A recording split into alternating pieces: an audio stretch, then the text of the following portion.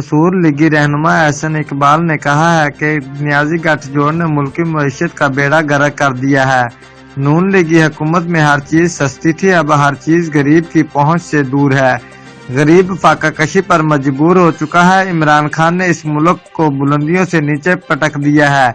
नौजवान को नौकरियां नहीं मिल रही। जिन नौजवानों ने पीटीआई को वोट दिया था वो भी बददुआ दे रहे हैं। हुकूमत ने मुल्क को अंधेरों में धकेल दिया है। मैं आपको यकीन दिलाता हूँ मंजिल करीब है। इन चोरों और लुटेरों से हिसाब लेंगे, भागने नहीं देंगे। एहसन इकबाल। इमरान खान ने जो कश्मीर का सौदा किया है इस पर इमरान के ऊपर मुकदमा चलाएंगे। इसने शहीदों से गद्दारी की है। रिपोर्ट मार बिशारत सिद्दीकी, डिविजनल ब्यूरो चीफ, जियो एक्सप्रेस न्यूज, लाहौर।